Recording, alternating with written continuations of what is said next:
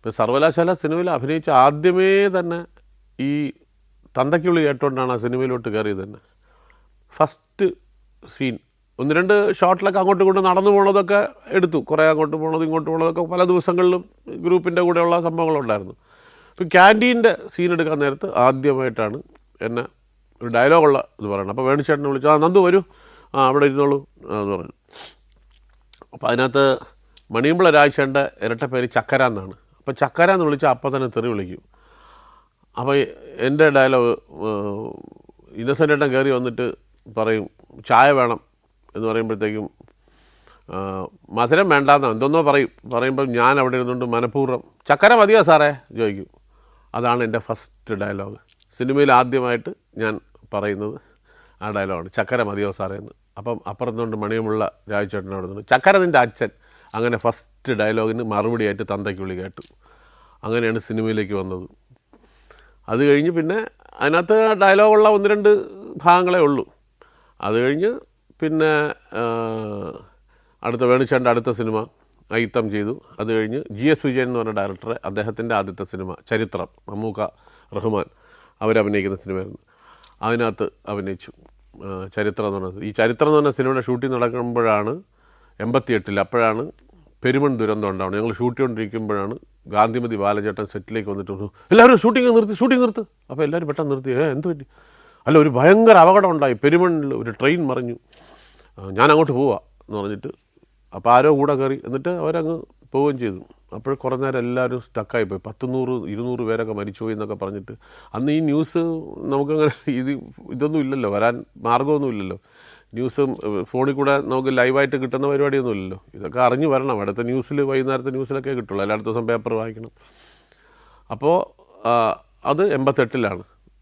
അങ്ങനെ അത് ചരിത്രം അഭിനയിച്ചു. പിന്നെ വേണുചേട്ടൻ്റെ തന്നെ തുടർന്നുള്ള സിനിമകൾ ഓട്ടോ എന്ന് പറഞ്ഞാൽ 89-ൽ വേണുചേട്ടൻ 89-ൽ ഓട്ടോ ചെയ്യുമ്പം വേണുചേട്ടൻ പറഞ്ഞു, നന്ദു അസിസ്റ്റൻറ്റ് ഡയറക്ടറായിട്ട് കൂടെ ജോലി ചെയ്യും, അപ്പോൾ സിനിമയുടെ സാങ്കേതിക വശങ്ങളും കൂടെ കുറച്ച് പഠിക്കാമല്ലോ, അപ്പോൾ അത് അഭിനയിക്കുമ്പോൾ കുറച്ച് കൂടുതൽ ഗുണം ചെയ്യും. അങ്ങനെ 89-ൽ ഓട്ടോ എന്ന് പറഞ്ഞ സിനിമയിൽ അസിസ്റ്റൻറ്റ് ഡയറക്ടറായി ജോലി ചെയ്യുന്നതിന് മുമ്പ് വീണ്ടും പുറകോട്ടൊന്ന് പോയാൽ സർവകലാശാല മുതലുള്ള ചില അനുഭവങ്ങളുണ്ട്. അതായത് സർവകലാശാലയുടെ ഷൂട്ടിങ് പാലക്കാട് വിക്ടോറിയ കോളേജിലായിരുന്നു ഫുള്ള് ഷൂട്ടിങ്. കുറച്ചൊക്കെ വെളിയിൽ ധോണിയിലും ഒക്കെ കുറച്ച് വെളിയിലുണ്ടായിരുന്നു, വളരെ കുറച്ച് മാത്രം. സംഗീത കോളേജിലും ഒക്കെയാണ് കൂടുതൽ. 95% ഷൂട്ട് ചെയ്തതും വിക്ടോറിയ കോളേജിനകത്താണ്. അപ്പം താമസം ടൂറിസ്റ്റ് ലോഡ്ജ് എന്ന് പറഞ്ഞ ഒരു ലോഡ്ജിലാണ് ഞങ്ങളൊക്കെ താമസിക്കുന്നത്. കുറേ സ്റ്റുഡൻസായിട്ട് അഭിനയിക്കുന്ന കുറേ പേരുണ്ട്. അപ്പോൾ ഞങ്ങൾ 3 പേര് ഒരുമിച്ചാണ് ഒരു മുറിയിൽ. എൻ്റെ മുറിയിൽ ഞാനും പിന്നെ ഗോപൻ എന്ന് പറഞ്ഞ തിരുവനന്തപുരത്തുള്ള ഒരു കക്ഷിയും പിന്നെ സന്ദീപ് എന്ന് പറഞ്ഞ സന്ദീപ് അപ്പം ഒരു 5-6 സിനിമ 6-7 സിനിമ നേരത്തെ അഭിനയിച്ചിട്ടുണ്ട്. അപ്പം ഞങ്ങൾ 3 പേരാണ് ഒരു മുറിയിൽ. അപ്പം അവർ 2 പേരും നേരത്തെ വന്നതുകൊണ്ട് അവർക്ക് 2 പേർക്കും 2 കട്ടിൽ കിട്ടി. പിന്നെ ഞാൻ തറയിലാണ് കിടക്കുന്നത്. ന്യൂസ് പേപ്പർ ദിവസവും ന്യൂസ് പേപ്പർ സെറ്റപ്പ് ചെയ്ത് വെച്ചിട്ടുണ്ട്, ന്യൂസ് പേപ്പർ മടക്കി വെച്ചിട്ടുണ്ട്. ഈ ന്യൂസ് പേപ്പർ വിരിച്ചിട്ട് അതിൻ്റെ മുകളിൽ എക്സ്ട്രാ ബെഡൊന്നുമില്ല, ഒരു ലോഡ്ജാണത്. അപ്പോൾ ഇന്ന് അത് വലിയ ഹോട്ടലായി മാറി. അത് വേറെ ആരോ വാങ്ങിച്ചിട്ട് അത് വേറെ വലിയ ഹോട്ടലായിട്ട് മാറി. അതിന് ഷീറ്റ് ഇത് മറ്റേ ന്യൂസ് പേപ്പർ വിരിച്ചിട്ട് അതിൻ്റെ മുകളിൽ ഷീറ്റ് വിരിച്ചിട്ട് അതിലാണ് കിടന്നത്. 1 മാസം അതിലാണ് കിടന്നത്. അതായിരുന്നു ആദ്യത്തെ സിനിമ ഷൂട്ടിങ്ങിന് പോയപ്പോഴുള്ള താമസം. അങ്ങനെയായിരുന്നു. അത് കഴിഞ്ഞ് രാവിലെ എല്ലാവരും കൂടെ 2 വണ്ടി വരും. ഒന്ന് ആ ലാലേട്ടൻ അതിനകത്ത് ഉപയോഗിക്കുന്ന ട്രക്കർ, അതും വരും, വേറൊരു ടെമ്പോ വാനും. ഇതെല്ലാവരും കൂടെ 10-35 പേര് എല്ലാം കൂടെ അതിനകത്ത് കയറിയിട്ടാണ് ലൊക്കേഷൻ പോണത്. അതൊക്കെ നല്ല രസമുള്ള അനുഭവങ്ങളായിരുന്നു. അന്ന് ചില സമയങ്ങളിൽ കാർ വരും. അത് കഴിഞ്ഞ് ഈ സർവകലാശാലയുടെ ഷൂട്ടിങ് തീരുന്ന ലാസ്റ്റ് ഡേ ആയപ്പോഴത്തേക്കും ഞാൻ ലൊക്കേഷനിൽ ചെന്നു. അത് കഴിഞ്ഞ് ഒരു ദിവസം കൂടെ അങ്ങോട്ട് പിന്നെ ഷൂട്ടിംഗ് ഉള്ളു. അത് കഴിഞ്ഞാൽ പിന്നെ തീർന്നു. അവിടെ ചെന്നപ്പം വേണുചേട്ടൻ പെട്ടെന്ന് എന്നെ വിളിച്ചു. ആരോ പറയുന്നു, ഡയറക്ടർ വിളിക്കുന്നു, പറഞ്ഞു നന്ദു ടെൻഷനൊന്നും അടിക്കണ്ട, ഒരു ടെലഗ്രാം വന്നിട്ടുണ്ട്. ഈ ടെലഗ്രാം ഹോട്ടലിൽ വന്നു. ഈ ഹോട്ടലിൽ നിന്ന് അവർ വിളിച്ച് പ്രൊഡക്ഷൻ കൺട്രോളർ കൊടുത്തു. ഈ കൺട്രോളർ എന്ത് ചെയ്തെന്ന് പറഞ്ഞാൽ ഡയറക്ടറത്തെ ഒന്നും ചോദിച്ചു എൻ്റെ സീനൊക്കെ തീർന്നതെന്ന്. തീർന്നില്ലെങ്കിൽ ഈ ടെലഗ്രാമിനെ വലിച്ചേറി കളയുമായിരിക്കും, എന്നെ അറിയിക്കാതിരിക്കാൻ വേണ്ടി. കാര്യം പോയാൽ കണ്ടിന്യൂറ്റി പോകും, അങ്ങനത്തെ പ്രശ്നമല്ലോ. അപ്പോൾ ഡയറക്ടർ വെച്ച് എന്താ കാര്യം ചോദിച്ചു. അവർ ടെലഗ്രാം വന്നിട്ടുണ്ട്. ഇപ്പോൾ വേണിച്ചേട്ടൻ്റെ എൻ്റെ വീടുമായിട്ട് അടുത്ത ബന്ധമുള്ള വേണിച്ചേട്ടൻ ചൂടായി അദ്ദേഹത്തിൻ്റെ അടുത്ത്. ടെലഗ്രാം വന്നിട്ട് അങ്ങനെയാണ് കാണിക്കുന്നത്. വെതരും എന്താ നോക്കട്ടെ എന്ന് പറഞ്ഞപ്പോൾ അതിനകത്ത് അടിച്ചിരിക്കുന്ന മദർ സീരിയസ് സ്റ്റാർട്ട് ഇമ്മീഡിയറ്റ്ലി എന്ന് പറഞ്ഞാൽ അടിച്ചിരിക്കുന്നത്. എൻ്റെ കുഞ്ഞമ്മ എനിക്ക് അടിച്ചിരിക്കുന്ന ടെലഗ്രാമാണത്. അപ്പോൾ വേണിച്ചേട്ടനും കാര്യം പിടി കിട്ടി. വേണിച്ചേട്ടൻ അവിടെ തന്നെ എൻ്റെ തന്നു. അപ്പോൾ സംഗതി അവർ വിചാരിച്ച എൻ്റെ മദർ സീരിയസ് എന്ന്, പക്ഷേ എൻ്റെ അമ്മ നേരത്തെ മരിച്ചതാണ്. അപ്പം ഇത് കുഞ്ഞമ്മയുടെ അമ്മ, അതായത് എൻ്റെ അമ്മൂമ്മ സീരിയസ് ആണ്, വേഗം വരണം എന്ന് പറഞ്ഞിട്ടാണ് ടെലഗ്രാം. അപ്പോൾ പറഞ്ഞു തന്നു ഒരു വണ്ടി തരാം, വണ്ടി കയറി എന്ന് പറഞ്ഞു. നേരെ ഹോട്ടലിൽ പോയി ബാഗൊക്കെ വേഗം എടുക്ക്, എന്നിട്ട് നേരെ ഞാൻ ബസ് സ്റ്റാൻഡിൽ കൊണ്ടുവിടാം, ട്രെയിനൊന്നും ഈ സമയത്തില്ല എന്ന് പറഞ്ഞു. ആനേര് പ്രൊഡക്ഷൻ കൺട്രോളർ ഒരു കാറുകാരനെ അറേഞ്ച് ചെയ്തു. കാറിനകത്ത് തന്നെ കയറ്റി. ഞാൻ അപ്പോൾ ഫുൾ ടെൻഷനായി. അപ്പം നേരെ ഹോട്ടലിൽ പോയി പെട്ടെന്ന് പാക്ക് ചെയ്ത് നേരെ എന്നെ ബസ് സ്റ്റാൻഡിൽ കൊണ്ടുവിട്ടു, പാലക്കാട്. ഞാൻ അവിടെ നിന്ന് ബസ്സിൽ കയറി. 12:30 മണിക്ക് തൃശ്ശൂർ വന്നു ബസ്. ഞാൻ ബസ് ചാടി ഇറങ്ങി. അപ്പോൾ എൻ്റെ അടുത്ത് ആരോ പറഞ്ഞിരുന്നു 12:30 അവിടെ നിന്ന് പരശുറാം വരും, 6:30 മണിയാകുമ്പോൾ തിരുവനന്തപുരം എത്തും. ഞാൻ നേരെ ചാടി വന്നു. ബസ്സിൽ നിന്ന് ബസ് നിർത്തുന്നതിന് മുമ്പ് എൻ്റെ അടുത്ത് വണ്ടിയിൽ നിന്ന് എടുത്ത് ചാടി. നാട്ടുകാർ ഒരു കാറുകാരൻ വന്ന് എൻ്റെ കുടുംബത്തിലുള്ള അംഗങ്ങളെയൊക്കെ തെറി വിളിച്ചു. അത് കഴിഞ്ഞ് നേരെ പോയി ടിക്കറ്റ് എടുത്തു. കറക്റ്റായിട്ട് ട്രെയിൻ വന്നു, കറക്റ്റായിട്ട് കയറി. അങ്ങനെ കയറി ഞാൻ അവിടെ വന്ന് ഇറങ്ങി. അവിടെ നിന്ന് ഒരു ഓട്ടോറിക്ഷ ഓടിച്ച് വീടിൻ്റെ നടയിൽ വന്നപ്പോഴത്തേക്കും ഈ സീരിയസ് എന്നല്ലേ മെസ്സേജ് വന്നത്. ഞാൻ വെച്ചാൽ അമ്മൂമ്മ മരിച്ചോ അറിയില്ല. നോക്കുമ്പോൾ അവിടെ നിന്ന് ആരെയും കാണാനില്ല. ഇനിയിപ്പോൾ ഇവിടെ അല്ലേ, ഹോസ്പിറ്റലാണോ, ഒന്നും ഫോണൊന്നും ഇല്ലാത്തതുകൊണ്ട് അറിയില്ലല്ലോ. അപ്പോൾ ഞാൻ വീടിൻ്റെ അവിടെ നിന്ന് വീട് ഈ ഇടവഴിക്കകത്ത് കയറിയപ്പോഴും അവിടെയും ആരെയും കാണുന്നില്ല. അപ്പോൾ എന്താ സംഭവിച്ചത്, ഇവരൊക്കെ കൂടെ പോയോ എവിടെയെങ്കിലും, ഹോസ്പിറ്റലിലാണോ? ഞാൻ ചെന്ന് ഗേറ്റ് തുറന്നപ്പം പാഞ്ഞ് ചെന്ന് ഗേറ്റ് തുറക്കുക.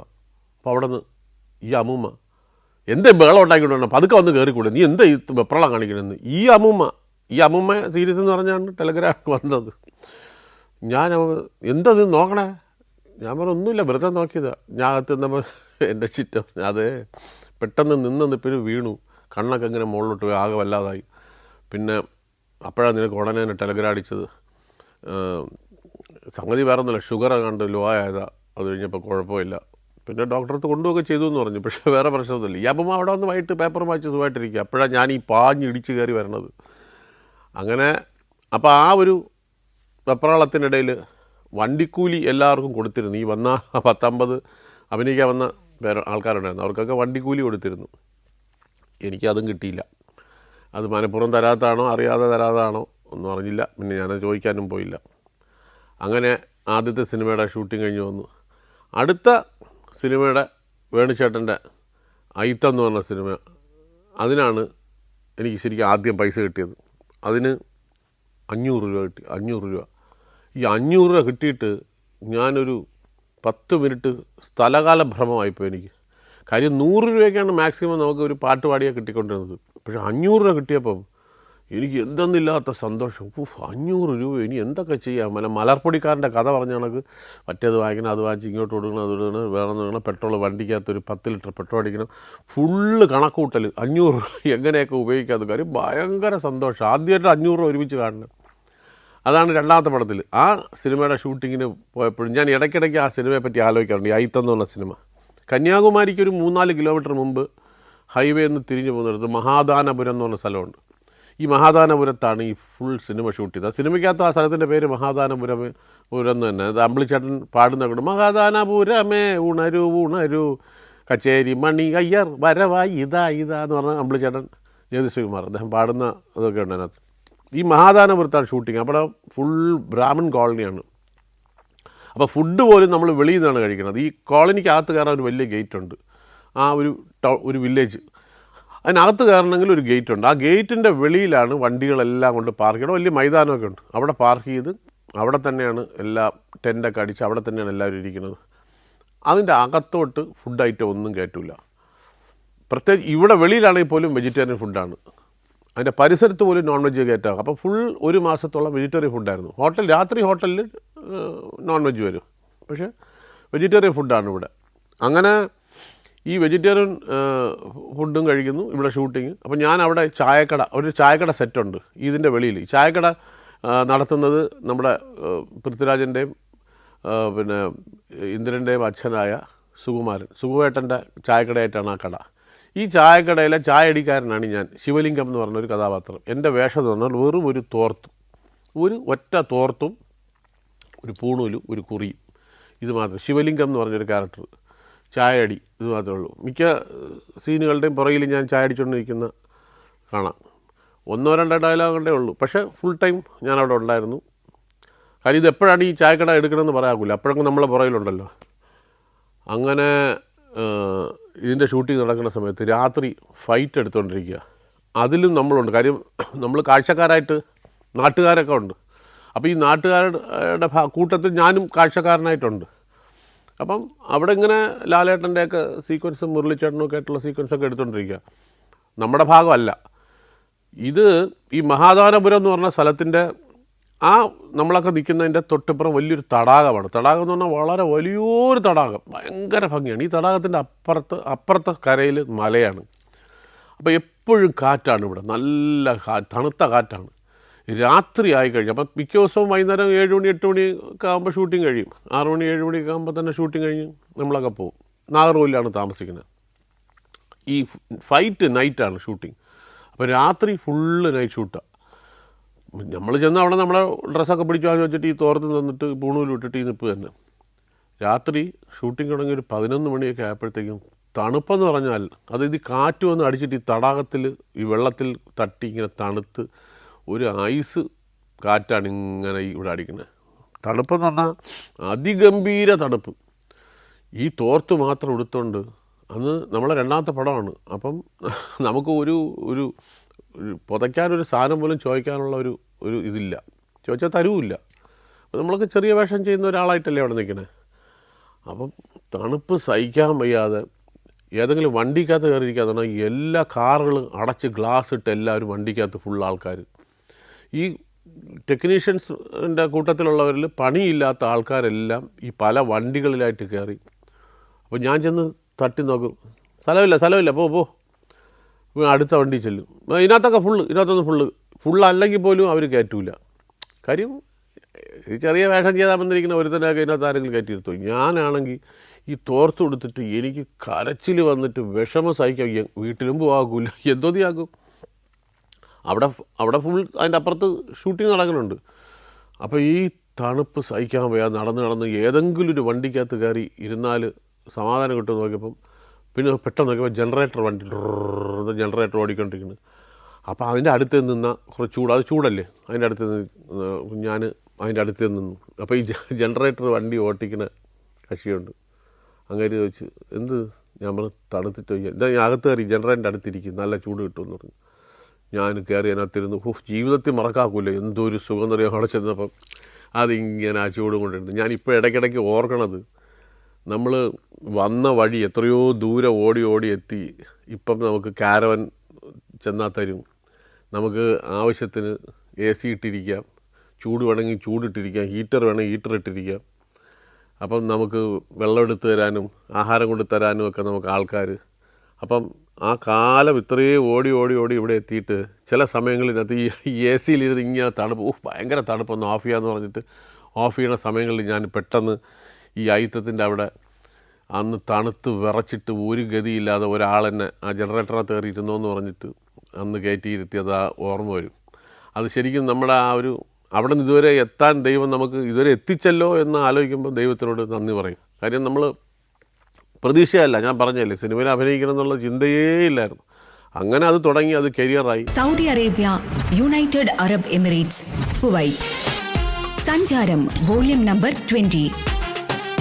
ഫുൾ HD-യിലുള്ള അപൂർവ ദൃശ്യയാത്രാ വിവരണ ശേഖരം ഉടൻ സ്വന്തമാക്കാൻ സഞ്ചാരം എന്ന് SMS ചെയ്യൂ. ഫോൺ 9995444222. അതിനുശേഷവും ഞാൻ പരീക്ഷ എഴുതിയിട്ടുണ്ട്, PSC ടെസ്റ്റ് എഴുതിയിട്ടുണ്ട്. അങ്ങനെ ദേവസ്വം ബോർഡിൽ എനിക്ക് ഇൻ്റർവ്യൂവിന് വിളിച്ചു പോയി, പക്ഷേ കിട്ടിയില്ല. പിന്നെ യൂണിവേഴ്സിറ്റിയിൽ 30,000 പേരെന്ന് എഴുതിയതിൽ എന്നെ ഇൻ്റർവ്യൂ കഴിഞ്ഞു. ഓൾമോസ്റ്റ് കിട്ടേണ്ടതായിരുന്നു, പക്ഷേ അതും കിട്ടിയില്ല. അങ്ങനെ അതിനുശേഷം പിന്നെയും ഞാൻ പരീക്ഷ എഴുതുമായിരുന്നു. പിന്നെ പ്രൈവറ്റായിട്ടുള്ള ചില ഇതിനു വേണ്ടി ട്രൈ ചെയ്യായിരുന്നു. അതൊക്കെ ഇതിനിടയിൽ നടക്കുമായിരുന്നു. അതൊക്കെ ഈ എനിക്ക് ഒരു 90 വരെയൊക്കെ ശ്രമിച്ചിട്ടുണ്ട്. ഒരു സിനിമയിൽ വന്നിട്ട് പിന്നെ ഒരു 3-4 കൊല്ലമെങ്കിലും മിനിമം ഞാൻ പിന്നെയും ജോലിക്കൊക്കെ ശ്രമിച്ചിട്ടുണ്ട്. കാര്യം അപ്പോഴും ഇത് നമ്മുടെ സ്ഥിരം ജോലിയാണ്, നമ്മുടെ വരുമാന മാർഗമാകും, നമ്മുടെ പ്രൊഫഷൻ ഇതാകും എന്നുള്ള ചിന്തയെ എൻ്റെ മനസ്സിലുണ്ടായിരുന്നില്ല. പിന്നെ ഈ അസിസ്റ്റൻ്റ് ഡയറക്ടറൊക്കെ ആയി ഓട്ടോ എല്ലാം കഴിഞ്ഞപ്പോഴാണ് അങ്ങനെ ഒരു ചിന്ത വരാൻ തുടങ്ങിയത്. അപ്പോൾ എനിക്ക് ശരിക്കും പറഞ്ഞാൽ നേരത്തെ ഈ ഒരുപാട് ഡയറക്ടേഴ്സിനെ കാണുന്നതല്ലേ, അപ്പോൾ അവരെ കാണുക അല്ലെങ്കിൽ അവരെ ചെന്ന് വീടുകളിൽ പോയി കണ്ട് വേഷം വേണമെന്ന് പറയുകയും ഒക്കെ ചെയ്യാമായിരുന്നു. അങ്ങനെ ചെയ്തില്ല. പിന്നെ പ്രൊഫഷൻ ആയിട്ട് ശരി ഇതാണ് എൻ്റെ പ്രൊഫഷൻ എന്ന് പറഞ്ഞ് എടുക്കുമ്പോഴാണ് ഞാൻ ഓരോരുത്തരെ കാണാൻ പോയി തുടങ്ങിയത്. അങ്ങനെ പല ആൾക്കാരെയും വീടുകളിലും അവരുടെ ഓഫീസിലും ഒക്കെ പോയി കണ്ട് വേഷം ചോദിച്ചിട്ടുണ്ട്. അതിൽ ഒരു പ്രശസ്തനായ ഒരു സംവിധായകൻ, അദ്ദേഹം ഇപ്പോഴും ഉണ്ട്. അദ്ദേഹത്തിൻ്റെ വീട്ടിൽ ചെന്ന് ഇങ്ങനെ വേഷം ചോദിച്ചു. അദ്ദേഹം വീട്ടിൽ കയറ്റിയില്ല എന്നെ. ഗേറ്റിൻ്റെ അവിടെ നിന്നിട്ട് അദ്ദേഹം വീട്ടിനോടെന്ന് പറഞ്ഞു, ഈ പടത്തിൽ വേഷമൊന്നും ഇല്ല, എന്തോ പൊയ്ക്കോളൂ, അടുത്ത പടത്തിൽ നോക്കാമെന്ന് പറഞ്ഞു. അങ്ങനെ അത് മറക്കാവില്ല ജീവിതത്തിൽ.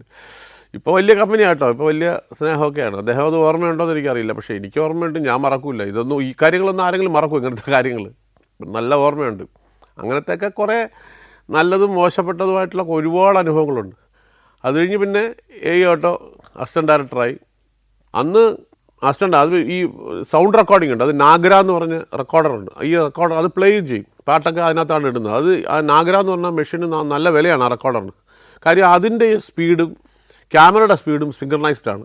ഈ ക്യാമറയുടെ മോട്ടർ തന്നെ അതുപോലത്തെ സെയിം മോട്ടറാണ്. അപ്പം 24 frames per second ക്യാമറ ഓടുന്നത്. നോർമൽ ഫ്രെയിം, അതായത് സാധാരണ അത് സ്പീഡ് നമ്മൾ സ്ലോ മോഷനും മറ്റേ ഫാസ്റ്റ് മോഷനും അനുസരിച്ച് ഇതിൻ്റെ സ്പീഡ് കൂട്ടുകയും കുറയ്ക്കുകയും ചെയ്യും.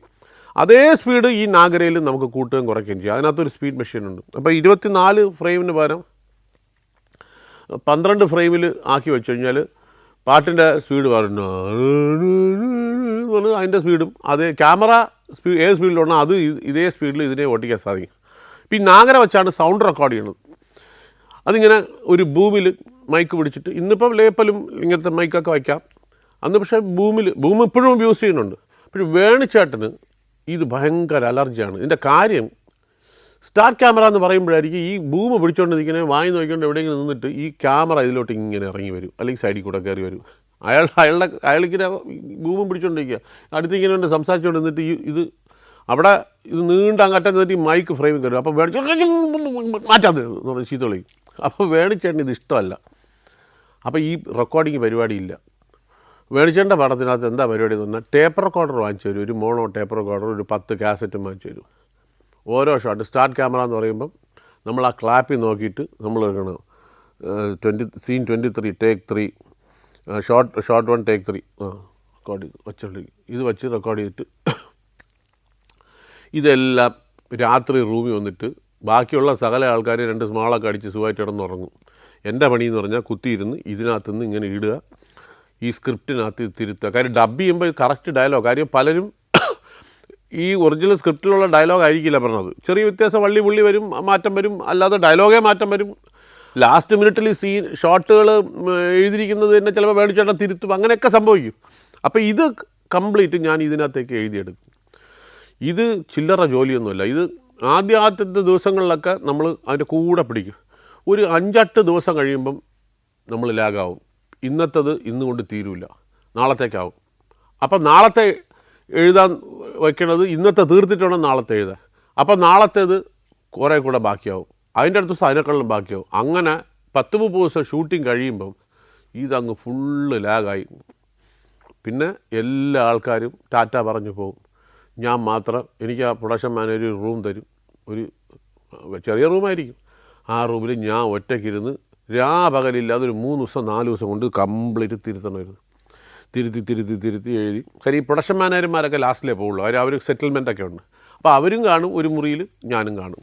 ഇത് എഴുതി തിരുത്തി ഈ പെടലി പൊടി ഞാൻ ഈ പിള്ളേരൊക്കെ ഫോണും വെച്ചുകൊണ്ട് ഇങ്ങനെ ഇരിക്കണതാണ്. ഈ പെടലി സ്പോട്ട്ലൈറ്റേഴ്സ് അടിച്ചു പോകും. ഇത് സ്ഥിരമായിട്ടുള്ള ജോലിയാണ് ഞാൻ ഇങ്ങനെ ഇരുന്നത് തന്നെ. ഞാൻ മാത്രമല്ല, ഒരുപാട് പേര് എഴുതിയിട്ടുണ്ട്. ഞാൻ എൻ്റെ അനുഭവം പറയണമെന്നേ ഉള്ളൂ. ഇത് എഴുതി തിരുത്തി റെഡിയാക്കിയിട്ടാണ് പിന്നെ നമ്മൾ പോകണത്. ഇതിനകത്തൊരു അബദ്ധം പറ്റുന്നത് എവിടെയെന്ന് അറിയാമോ? ഈ മറ്റേ ബൂം പിടിച്ചുകൊണ്ട് നിന്നോ വായ നോക്കിക്കൊണ്ടെന്ന് പറഞ്ഞില്ല, ഇതേ വായ നോക്കാൻ നമുക്കും പറ്റും. നമ്മൾ ഈ ടേപ്പ് റെക്കോർഡർ ഓൺ ചെയ്തിട്ട് പറയും, വെച്ചുകൊണ്ട് നിൽക്കും. ചില സമയത്ത് ഷോട്ട് കഴിയുമ്പോഴാണ് നോക്കേണ്ടത്, ഇത് ഞെങ്ങിയിട്ടില്ല, ഇത് അവിടെ തന്നെ ഇരിക്കും. മോഹൻലാലിനടുത്തൊക്കെ ചെന്ന് പറയാക്കോ, ചേട്ടാ ഡയലോഗ് ഒന്നുകൂടെ പറയാക്കോ. പിന്നെ എന്തോന്ന് പറയും, എഴുതും. പിന്നെ ടെൻഷൻ. അങ്ങനെ വിട്ടുപോണ ഒരുപാട് സംഭവങ്ങളുണ്ട്. ചിലപ്പോൾ റെക്കോർഡ് ചെയ്തതിൻ്റെ മുകളിൽ കൂടെ റെക്കോർഡ് ചെയ്യും, ചിലപ്പോൾ റെക്കോർഡർ ഞെക്കാൻ വിട്ടു, പ്ലേ മാത്രം ഞെക്കും. അങ്ങനെ ആലോചിക്കുമ്പം ഭയങ്കര ടെൻഷനാണ്. ഇതൊക്കെ എങ്ങനെയൊക്കെയോ തരണം ചെയ്തു പോയി. അപ്പം അങ്ങനെ കുറേ സംഭവം. പിന്നെ റിപ്പോർട്ട് എഴുതണം. ഇത് ഓരോ ഷോട്ട് കഴിയുമ്പോഴും റിപ്പോർട്ട് എഴുതണം. അതിന് 2 കോപ്പി വെച്ചാണ് എഴുതുന്നത്. കാർബൺ പേപ്പർ വെച്ചിട്ട് എഴുതി അതിനകത്ത് ഈ ഷോട്ട് നമ്പർ ഡീറ്റെയിൽ എഴുതിയിട്ട് പിന്നെ ഇന്ന ഷോട്ട്, അതായത് വലത് നിന്ന് ഇടതോട്ടേക്ക് ട്രോളി പോകുന്നു, അതിൽ മോഹൻലാലും പിന്നെ ഉർവശിയും കൂടെ നടന്നു വരുന്നു, അത് എല്ലാം ഇത് മുഴുവൻ എഴുതണം. എന്നിട്ട് ഡയലോഗ് പറഞ്ഞ് അതിൻ്റെ തുടക്കവും ഒടുക്കവും കൂടെ അതിനകത്ത് എഴുതണം. എന്നിട്ട് ഇതിൻ്റെ ഒരു കോപ്പി എടുത്തിട്ട് വേണം ഈ എല്ലാ ആഴ്ചയിലും ഫിലിം മദ്രാസിലേക്ക് ഇത് പ്രിൻ്റ് അടിക്കാൻ പോകും. അതിൻ്റെ കൂട്ടത്തിൽ ഇത് ഫുള്ള് അടുക്കി റെഡിയാക്കി പിൻ ചെയ്ത് സ്റ്റേപ്പിൾ ചെയ്ത് ഇതിൻ്റെ കൂടെ കയറ്റി വിടണം. അങ്ങനെ അസിസ്റ്റൻറ്റ് ഡയറക്ടർ എന്ന് പറഞ്ഞാൽ ഗംഭീര പണിയാണ്. ഇതെല്ലാം പോരാഞ്ഞിട്ട് വേണുചേട്ടനൊരു പ്രത്യേകതയുണ്ട്. ഈ ആർട്ടിസ്റ്റുകൾ അഭിനയിക്കാൻ അടുത്ത ഷോട്ട് ലൈറ്റപ്പ് ചെയ്തുകൊണ്ടിരിക്കുമ്പം ഇപ്പോൾ ഇവിടെ ഇങ്ങനെ ലൈറ്റ് വെച്ചിരിക്കുന്നു, ഇവിടെ ഒരാൾ ഇരിക്കുന്നു, ഏതോ ഒരു എക്സ് ആർട്ടിസ്റ്റ് ആരെങ്കിലും ഇരിക്കുന്നു. ഇതാണ് ഷോട്ടെങ്കിൽ അസിസ്റ്റൻറ്റ് ഡയറക്ടറായ നമ്മൾ ഇവിടെ വന്നിരുന്ന് ആ ലൈറ്റപ്പ് ചെയ്യാൻ സൗകര്യം ചെയ്ത് കൊടുക്കണം. നമ്മൾ വന്നിരിക്കണം ഇവിടെ. ഞാൻ ഇപ്പം പലയിടത്തും കാണാറുണ്ട്, പക്ഷേ വേണുചേട്ടൻ കമ്പൽസറി ആയിട്ട് നമ്മൾ വന്നിരിക്കണം. പക്ഷേ അതൊരു ഒരുപാട് ഗുണം ചെയ്തു എന്നുള്ളതാണ്. ആസ് ആൻ ആർട്ടിസ്റ്റ് എനിക്കത് ഗുണം ചെയ്തു. കാര്യം അന്ന് ഇരിക്കുന്നുണ്ട് അവർ ഇവിടെ വന്ന് ലൈറ്റപ്പ് ചെയ്ത് സെൻറ്റർ ചെയ്യണത്, അതിൻ്റെ സോഫ്റ്റ് ആക്കണത്, ഇതാക്കണതെല്ലാം നമ്മളിത് കണ്ടുകൊണ്ടിരിക്കുകയാണ്. ഇത് കണ്ടുകൊണ്ടിരിക്കുമ്പോൾ നമുക്ക് മനസ്സിലാവും എത്ര നമ്മുടെ മുഖത്ത് ലൈറ്റ് കിട്ടുന്നുണ്ടോ. അപ്പോൾ എപ്പോഴും ഒരു വലിയ ആൾക്കൂട്ടം ഉണ്ടെങ്കിൽ ലൈറ്റ് കിട്ടുന്ന സ്ഥലത്ത് ചെന്ന് നിൽക്കുക എന്ന് പറയുന്നത്, കാര്യം ആ ഫ്രെയിമിലല്ലേ നമ്മളെ കാണൂല. ഇത്രയും പേര് നിൽക്കുമ്പോൾ നമ്മൾ നിൽക്കുന്ന ഒരു ഡാർക്ക് ഏരിയയാണ്. കുറച്ച് ഇരുണ്ട ഭാഗത്താണെങ്കിൽ നമ്മളെ കാണൂല, ബാക്കി ഫ്രണ്ടിൽ നിൽക്കുന്നവരെ കാണും. അപ്പോൾ ഞാൻ കുറച്ച് പ്രകാശമുള്ളിടത്തേക്ക് നിൽക്കാൻ വേണ്ടിയിട്ട് നമ്മൾ നോക്കുമ്പോൾ നമ്മൾ എവിടെയാണ് ലൈറ്റ് എന്ന് ഇങ്ങനെ നോക്കുമ്പോൾ ഇവിടെ ഒരു ലൈറ്റ് ഉണ്ട്, അപ്പോൾ ക്യാമറ ഉണ്ട്, ആ ക്യാമറ കാണാം. അങ്ങനെ വന്ന് നമുക്ക് പിടിച്ച് നിൽക്കാനുള്ള ഒരു അറിവുണ്ടാക്കി തന്നത് ഈ ഇരിപ്പാണ്. അങ്ങനെ നമ്മൾ ഇരിക്കും. പക്ഷേ ഈ ഇരിക്കുമ്പോഴുള്ള പ്രശ്നം എന്ന് പറഞ്ഞാൽ അല്ലെങ്കിലേ ചൂടും വെയിലുമാണ്, അതിൻ്റെ കൂട്ടത്തിൽ ഈ ചൂടും കൂടെ. അത് ഇന്നത്തെ ക്യാമറ ലൈറ്റ് പോലെയല്ല. അന്ന് മിനി ബ്രൂട്ട് എന്ന് പറഞ്ഞ ലൈറ്റ് ഉണ്ടായിരുന്നു. അതിൻ്റെ പേര് പോലെ എന്നാൽ കേട്ടാൽ തെറിയെന്ന് തോന്നുന്നു. അതുപോലെ തന്നെ ഒരു സാധനമായിരുന്നു ആ ലൈറ്റ്. അത് 6 ലൈറ്റുകൾ ഉൾപ്പെടുന്ന ഒരു വലിയൊരു ഫ്രെയിമാണ്. 6 ലൈറ്റുണ്ട്. ചൂടെന്ന് പറഞ്ഞാൽ എനിക്ക് തോന്നുന്നു 200 ഡിഗ്രി ആയിരിക്കും ചൂട്. അടുത്തുനിന്ന് പൊള്ളും. ഞാൻ തമാശ പറഞ്ഞല്ല, 200 ഡിഗ്രി അത്രയും ചൂട് കാണും. ഭയങ്കര ചൂടാണത്. ഇത് 2 എണ്ണമൊക്കെ ഇങ്ങനെ കൊണ്ടുവയ്ക്കും. അതിൻ്റെ ചൂടെന്ന് പറഞ്ഞാൽ അത് അനുഭവിച്ചാലേ മനസ്സിലാവും, അത്രയ്ക്ക് ചൂടാണത്. കള്ളൻ്റെയൊക്കെ ഫ്രണ്ടിൽ കൊണ്ടുവച്ചാൽ മണി തത്ത വരണതുപോലെ മുഴുവൻ പറയും. ഈ 2 ലൈറ്റ് വെച്ച് കൊടുത്താൽ മതി. പിന്നെ വേണിച്ചേട്ടൻ ഇനിയൊരു പ്രത്യേകതയുണ്ട്. അതായത് ഫ്രെയിമിൽ ആരെങ്കിലും ഇടയിൽ കയറി വരുമോ പിടിക്കാൻ, അതിപ്പോഴും നമ്മൾ ഫ്രെയിമിൽ ആരും വരാതെ നോക്കണം. അതിന് നമ്മൾ തന്നെ പോയി ആളിനെ മാറ്റണം. എനിക്കിപ്പോഴും ആ ഒരു ഹാങ് ഓവർ മാറിയിട്ടില്ല. ഞാനിപ്പോഴും അഭിനയിക്കുമ്പോൾ ഞാനിപ്പോഴും നോക്കിക്കൊണ്ട് ആരെങ്കിലും ഫ്രെയിമിലുണ്ടോ എന്നൊക്കെ ഞാൻ നോക്കണം. എന്നിട്ട് ഞാൻ അസിസ്റ്റൻ്റ് അവിടെ ഒരാൾ എത്തി നോക്കിക്കൊണ്ടിരിക്കണം ടപ്പോൾ എന്ന് നോക്കണം. അപ്പോൾ ചില പഴയ നമ്മുടെ പണ്ട് മുതലേ നമ്മുടെ കൂടെ അഭിനയിക്കുന്ന ആർട്ടിസ്റ്റൊക്കെയാണ്. അപ്പോൾ നിൻ്റെ പഴയ ശീലം എപ്പോഴും വിട്ടില്ലല്ലേ വേണിച്ചേട്ടൻ്റെ ഹാങ് ഓവർ ഇപ്പോഴും. ഞാൻ പറഞ്ഞു ഉണ്ടെണ്ണ ഒരു രക്ഷയില്ല, ഇപ്പോഴും അതേ ഇതിരിക്കട്ടെ. കുട്ടേട്ടനൊക്കെ ചോദിക്കും, വിജയരാഘവനുണ്ട്, കുട്ടേട്ടനൊക്കെ അറിയാം. കുട്ടേട്ടൻ്റെ കൂടെയൊക്കെ അന്നും പിന്നെ രാജൻ പി ദേവ്, അദ്ദേഹമൊക്കെ ഭയങ്കര സ്നേഹമുള്ള ഒരാളായിരുന്നു. അപ്പോൾ ഇതൊരു കുഴപ്പം. അവിടെ ആളങ്ങനെ വന്നുണ്ടല്ലോ, അവരെ അല്ല വിളിക്കുന്നത് തെറി, നമ്മളെയാണ് വിളിക്കുന്നത് തെറി എന്ന് പറഞ്ഞാൽ അനാവശ്യമായിട്ട് ഒരു വാക്കുപോലും പറയില്ല വേണിച്ചേട്ടൻ. വളരെ സഭ്യമായ ഭാഷയിൽ. പക്ഷേ ഒറ്റ അലറി കഴിഞ്ഞാൽ നമ്മൾ കിടുങ്ങിപ്പോവും. അപ്പോൾ ഇതും നമ്മൾ നോക്കണം. അങ്ങനെ ഫുൾ എൻഗേജ്ഡ് ആയിരിക്കും. ഒരു അസിസ്റ്റൻ്റ് ഡയറക്ടർ എന്ന് പറഞ്ഞു കഴിഞ്ഞാൽ ഫുൾ ജോലിയാണ്, സകല ജോലികളും. പിന്നെ കണ്ടിന്യൂറ്റി നോക്കുക, മറ്റൊന്നും എല്ലാ ജോലികളുണ്ട്. അപ്പം ഞാൻ ഓടി നടന്ന് എല്ലാം ചെയ്യും. അപ്പം നമുക്ക് കുറേ കാര്യങ്ങൾ അതിൽ പഠിക്കാൻ സാധിച്ചു. ഇപ്പോൾ ഈ 4-4:30 മണി എന്തോ ആയി. ഞാൻ പറഞ്ഞില്ല ഏട്ടാ, ഞാൻ ഇപ്പോൾ ഇവിടെ നേരെ അങ്ങ് പോവുകയാണ്.